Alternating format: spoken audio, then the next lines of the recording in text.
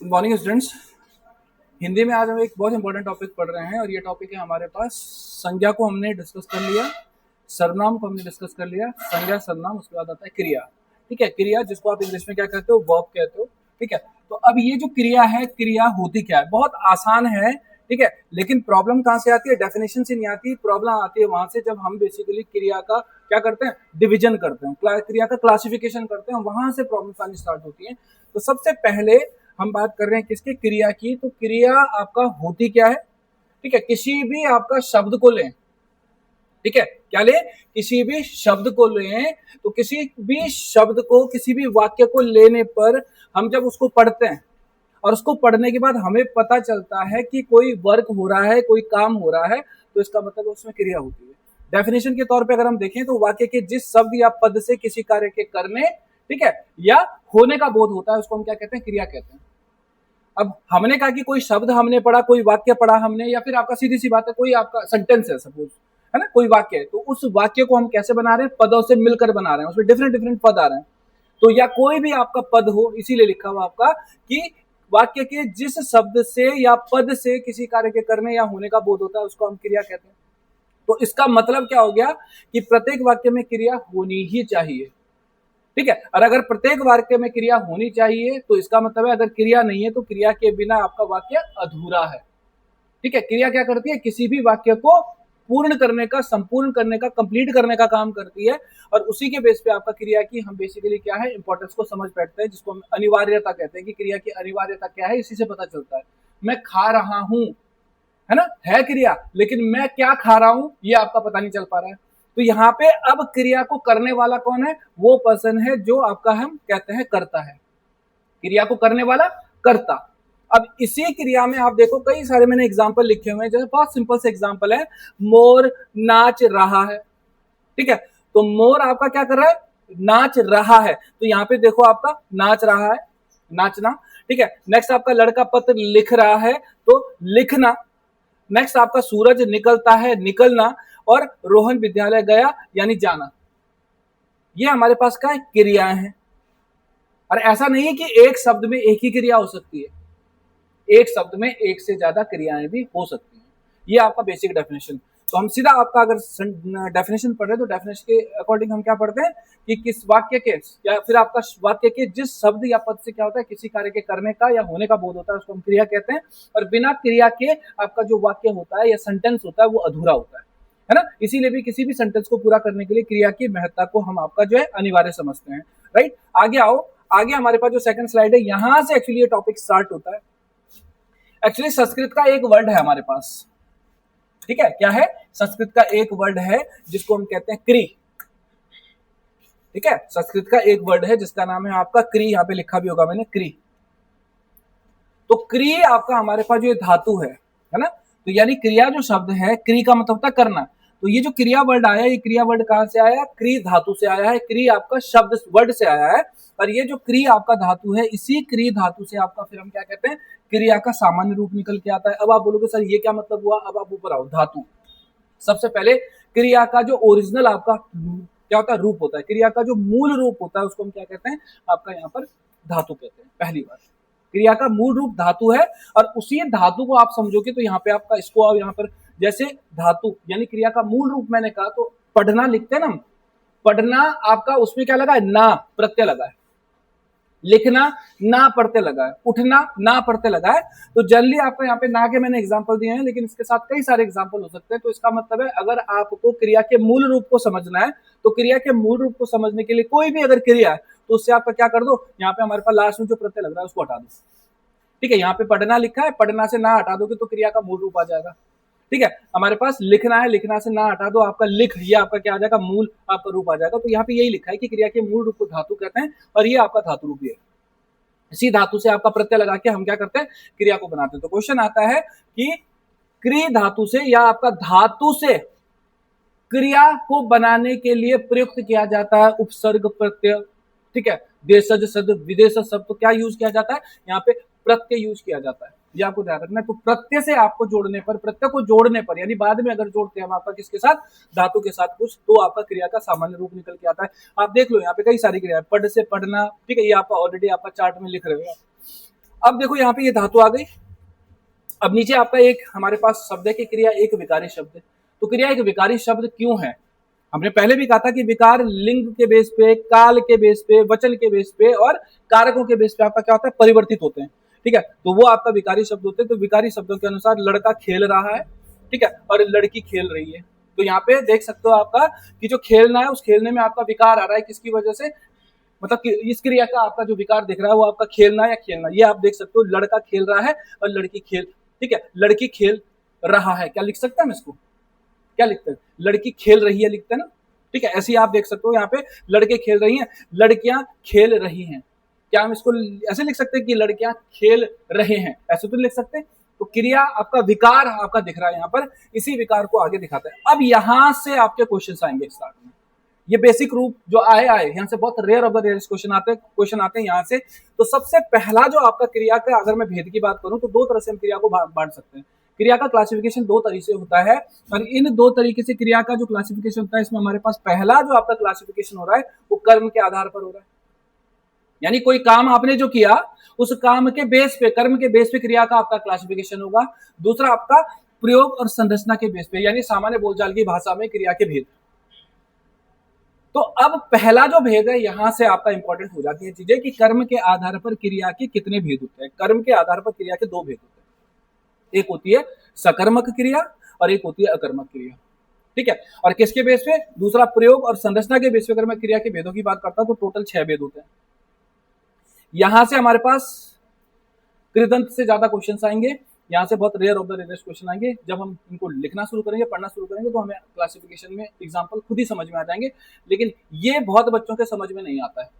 तो ये हमारा बेसिक पार्ट है जिसको हमें समझना है कि कर्म के आधार पर क्रिया के भेदापात कितने होते हैं हमारे पास दो होते हैं, सकर्मक क्रिया, अकर्मक क्रिया। और प्रयोग और संरचना के आधार पर सामान्य क्रिया, संयुक्त क्रिया, नाम धातु क्रिया, प्रेरणार्थक क्रिया, पूर्वकालिक क्रिया, कृदंत क्रिया। तो प्रेरणार्थक का मतलब क्या है, मोटिवेशन, है ना। तो मोटिवेटर कौन हूं, मैं हूं, और मैं तुम्हें क्या कर रहा हूं, मोटिवेट कर रहा हूं। तो वहां पे आपका जो क्रिया मैं लगवाऊंगा वो आपका मोटिवेशन में आपका जो है प्रेरणार्थक क्रिया का काम करेगी। आ गया, ये है सकर्मक क्रिया, ठीक है। अब सकर्मक क्रिया की अगर हम बात करें तो डेफिनेशन पे मत जाओ पहले, ठीक है।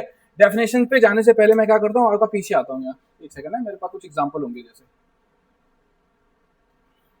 यहाँ पहले अकर्मक पे आते हैं, मैं आपको दिखा देता हूँ। अकर्मक क्रिया, जैसे आपका क्या नाम बताया था आपने अपना, दीपिका, ऐसे ही लिखते हो दीपिका, ठीक है। दीपिका पढ़ रही है, परिधि, दीपिका पढ़ रही है में कौन सी क्रिया है, कैसे कैसे पता चला कि, मतलब आपने क्या से अनुमान लगाया ना, तो इसका मतलब है यहाँ पे क्रिया है कौन सी। फिर मैं ये नहीं पूछ रहा हूँ सकर्मक अकर्मक, मैं कह रहा हूँ क्रिया है ना इसमें। तो क्रिया क्या है, पढ़ना, ठीक है। तो पढ़ने से पहले क्या लगा दो, अगर पहचानना है सकर्मक अकर्मक क्रिया को पहचानना है तो मुख्य क्रिया से पहले क्या लगा दो, क्या लगा दो। अब आप क्या लिखोगे, दीपिका पढ़ रही है या क्या पढ़ रही है, तो पता चल रहा है क्या पढ़ रही है, पढ़ तो रही है लेकिन क्या पढ़ रही है, कहानी की किताब पढ़ रही है, कोई आपका मनोरमा पढ़ रही है, कोई हिंदी की किताब पढ़ रही है, या कोई आपका लिटरेचर पढ़ रही है, हमें थोड़ी पता चल रहा है। तो अब डेफिनेटली हमें क्या करना है, अगर क्रिया के सकर्मक और अकर्मक क्रिया के भेद को खोलना है तो उसको खोलने के लिए हमें क्या करना पड़ेगा, यहाँ पे क्या शब्द जोड़ना पड़ेगा मुख्य क्रिया से पहले। अगर उत्तर मिला तो सकर्मक क्रिया, और अगर उत्तर नहीं मिला तो अकर्मक क्रिया। तो यहाँ पे आपका क्या मैंने कहा, दीपिका पढ़ रही है, दीपिका क्या पढ़ रही है नहीं पता चल रहा है, लेकिन अगर यहाँ पे लिखा होता है दीपिका हिंदी पढ़ रही है, तो अब लगाओ जरा, दीपिका क्या पढ़ रही है, हिंदी। तो आंसर मिल रहा है, जवाब मिल रहा है, तो कौन सी क्रिया हो गई, सकर्मक क्रिया हो गई। उसके बेस पे हमें इसको क्लासिफाई करना है। तो सबसे पहले अब आओ यहाँ पहले पे, सकर्मक क्रिया। सकर्मक क्रिया का मतलब है कर्म के साथ, स का मतलब होता है साथ, कर्म का मतलब तो कर्मी होता है ना। तो सकर्मक का अर्थ है कर्म के साथ। तो अब हमें यहाँ पे क्या करना है, सकर्मक क्रिया को समझना है। तो सबसे पहले डेफिनेशन पकड़नी है, और ये डेफिनेशन बताती है हमें कि जिन क्रियाओं का फल या वेट किसके ऊपर पड़ता है, कर्ता के ऊपर पड़ता है, करने वाले के। अब एक बात, तो कौन पढ़ रहा है, कौन पढ़ रहा है, दीपिका। तो अब आपका किस पे आपका जोर पड़ रहा है, दीपिका पे जोर पड़ रहा है। तो यहाँ पे ये है, जिन क्रियाओं के कार्य का फल किसके ऊपर पड़ता है, कर्म पर न पड़कर किस पे पड़ता है, आपका यहाँ पर कर्ता पर पड़ता है, ठीक है। फल कर्ता, सॉरी मैं गलत बोल गया, कर्ता न पर पर न पढ़कर कर्म पर पड़ता है। मैं एग्जांपल बताऊंगा, एग्जांपल से आप समझो। जैसे यहाँ पे देखो, राहुल ने केला खाया, है ना। अब राहुल की बात चल रही है तो राहुल यहाँ पे करता है, ठीक है। राहुल आपका जो करता है, इस कर्ता ने आपका खाया, तो खाया क्या हो गई, क्रिया, लेकिन कर्म क्या है, केला है ना, ठीक है। तो अब एक बात बताओ, यहां पे हमने लिखा कि राहुल ने केला खाया, तो राहुल ने क्या खाया, केला खाया। तो एक बात बताओ, यहां पे जो ये इंपैक्ट पड़ रहा है, ये इंपैक्ट किसकी वजह से चेंज हुआ, केले की वजह से चेंज हुआ है, ठीक है। तो यहाँ पे वही लिखा हुआ है कि जिन क्रियाओं के कार्य का फल कर्ता पर न पड़कर किस पर पड़ रहा है, कर्म पर पड़ रहा है, उसको हम क्या कहते हैं, सकर्मक क्रिया कहते हैं। तो इसका मतलब क्या है, जो सकर्मक क्रिया होती है उसमें कर्म की अपेक्षा की जाती है ना, कर्म हो रहा है उसमें, इसीलिए कर्म की अपेक्षा की जाती है। कैसे आपका पहचानोगे, पहचानने का सबसे बढ़िया तरीका है कि सकर्मक क्रिया की पहचान के लिए मुख्य क्रिया से पहले या तो क्या लगा दो या किसको लगा दो। भाई यहाँ पे तो क्या क्या वाली बात आ रही थी, लेकिन मैंने कहा अमित ने किसको, यहाँ पे नंदिनी को फल दिए, फ्रूट दिए, तो यहाँ पे आपका आंसर बदल जाएगा ना। तो यहाँ पे हमने क्या करना है, सकर्मक क्रिया की अगर पहचान करनी है या अकर्मक क्रिया की अगर पहचान करनी है, तो उसके लिए हमें क्या यूज करना पड़ेगा, क्या या किसको यूज करना पड़ेगा, लेकिन किससे पहले, मुख्य क्रिया से पहले। हमने कहा अगर उत्तर मिला तो उत्तर मिलने पर आपका कर्म की उपस्थिति होगी, यानी आपका क्या होगा, हमें पॉजिटिव आंसर मिलेगा, हमें उत्तर मिलेगा, तो आपका हमारे पास सकर्मक क्रिया होगी, ठीक है। अब जब किसी वाक्य में कर्ता, क्रिया और कर्म तीनों उपस्थित होते हैं तो वहां पे भी सकर्मक क्रिया होती है। भाई एक बात हो, कर्म है तभी तो सकर्मक है, ठीक है। तो जिस वाक्य में कर्ता, क्रिया और क्रिया और कर्म तीनों उपस्थित होते हैं, उस वहां पर सकर्मक क्रिया होती है। एग्जाम्पल के तौर पर मैंने कहा कि राहुल ने केला खाया, तो यहाँ पे देखो राहुल हमारे पास क्या है, ये राहुल हमारे पास बेसिकली कर्ता यानी आपका सीधा हम संज्ञा भी तो कह सकते हैं इसको, ये संज्ञा है, ठीक है। यहाँ पे हमारे पास बनाना की अगर हम बात करें तो ये आपका उसका कर्म है, ठीक है, और क्रिया क्या है, आपका खाना है। तो ये आपका हमारे पास उत्तर मिल रहा है कि राहुल ने क्या खाया, राहुल ने आपका बनाना केला खाया, तो आपका आंसर मिला। विकास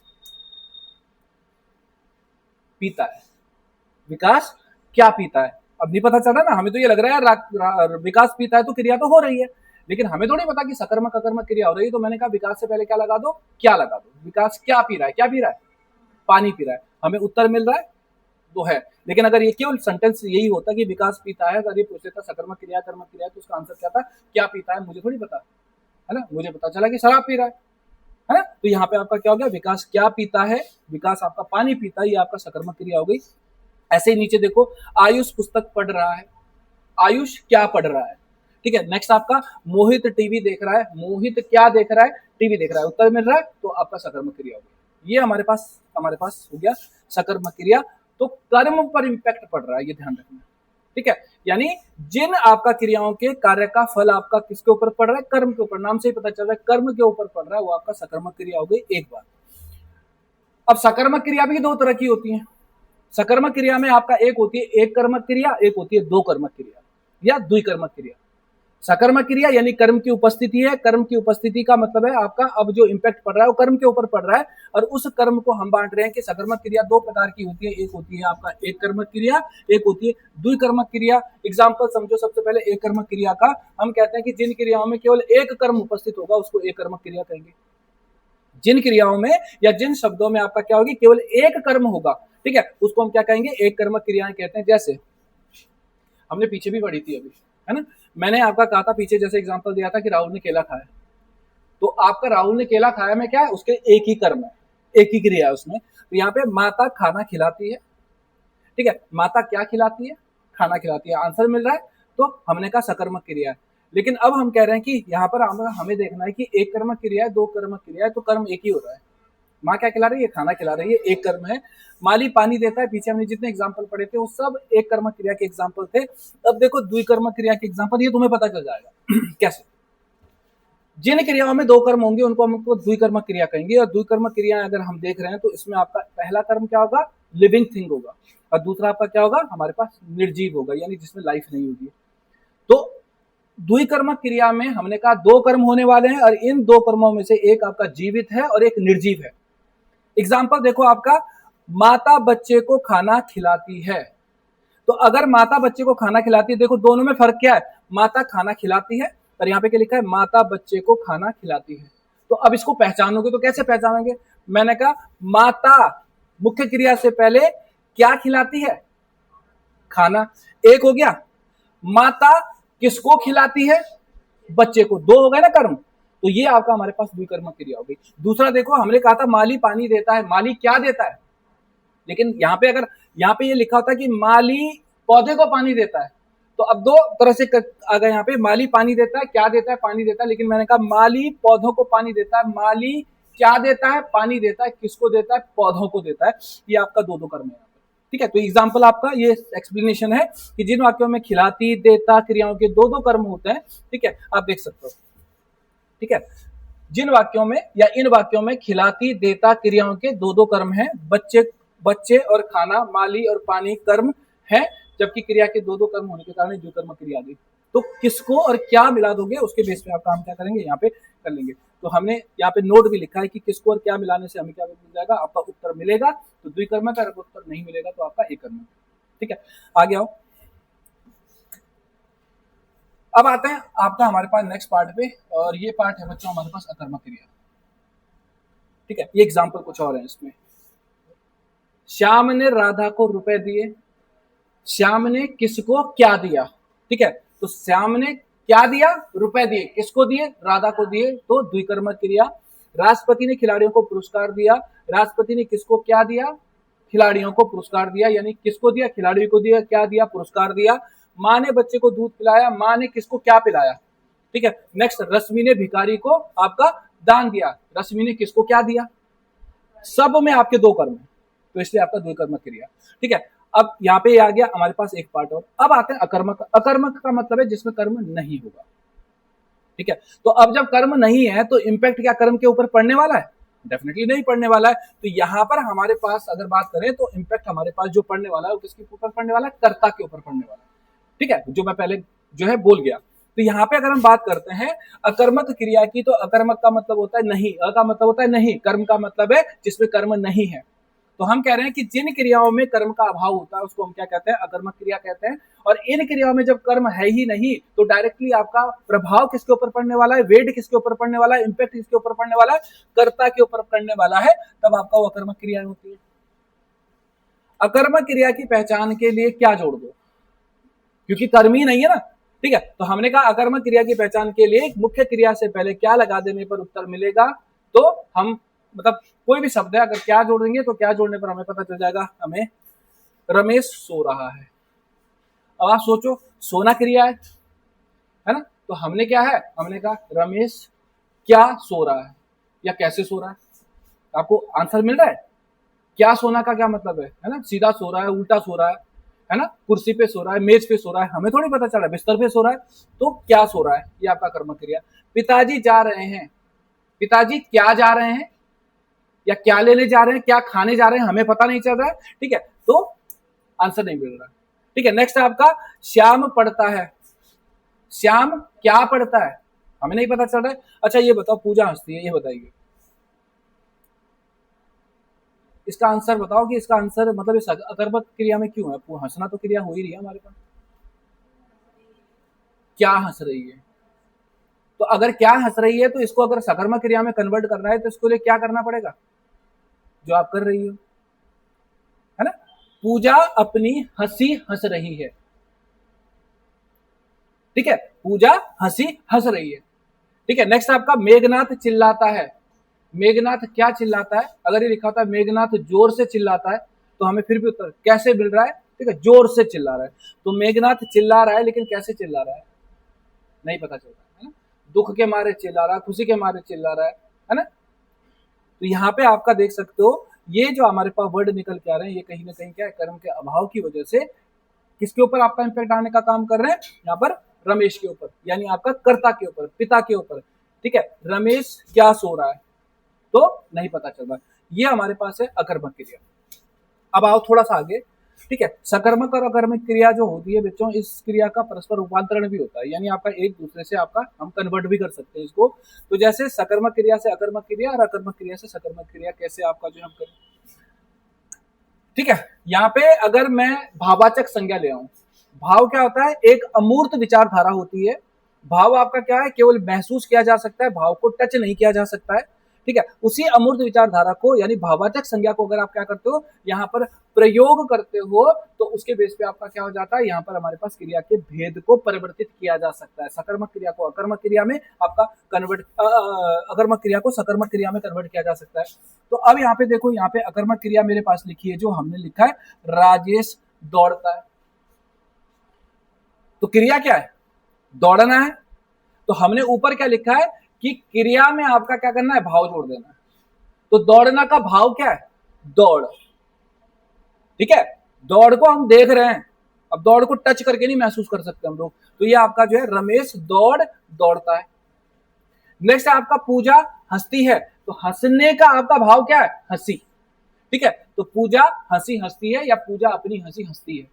नेक्स्ट आपका देखो बच्चा खेलता है। बच्चा क्या खेलता है, खेल खेलता है, ठीक है। तो खेलना का आपका भाव क्या है, खेल। तो भाववाचक संज्ञा आपको ध्यान रखनी है। ये क्वेश्चन फिर एग्जाम में पूछता है कि सकर्मक क्रिया अकर्मक क्रिया को सकर्मक क्रिया में परिवर्तित करने के लिए कौन सी आपका जो है संज्ञा जोड़ी जाती है, भाववाचक संज्ञा, ठीक है, या वो व्यक्तिवाचक संज्ञा, जातिवाचक संज्ञा। इस तरह से आपका क्वेश्चन आएगा। तो ध्यान रखना, यहाँ पे भाव को जोड़ना पड़ेगा, यानी दौड़ने का दौड़, हंसने का हंसी, ठीक है, और खेलने का खेल, पढ़ने का पढ़, ठीक है, रुकने का रुक। अब आते हैं सकर्मक क्रिया से अकर्मक क्रिया। अब एक बात हो, सकर्मक से जब अकर्मक से हमने सकर्मक में कन्वर्ट किया तो हमने भाव जोड़ दिया, तो यहाँ भाव हटाना पड़ेगा ना नीचे वाले में। तो यहाँ पे आप देखो सकर्मक क्रिया से अकर्मक क्रिया बनाने के लिए हमें कर्म का लोप करना पड़ेगा, भाव को हटाना पड़ेगा। तो वह चढ़ाई चढ़ता है, वह चढ़ता है, ठीक है। मैं खुशी से हंसता हूँ, ठीक है, मैं हंसता हूँ, ठीक है। या मीता खाना खाती है, मीता खाती है या खा रही है। ये आपके हमारे पास क्या हो गए, यहाँ पे सकर्मक और अकर्मक क्रिया के भेद हो गए। यहां से तुम्हारे पास बहुत सारे क्वेश्चंस निकलने वाले हैं।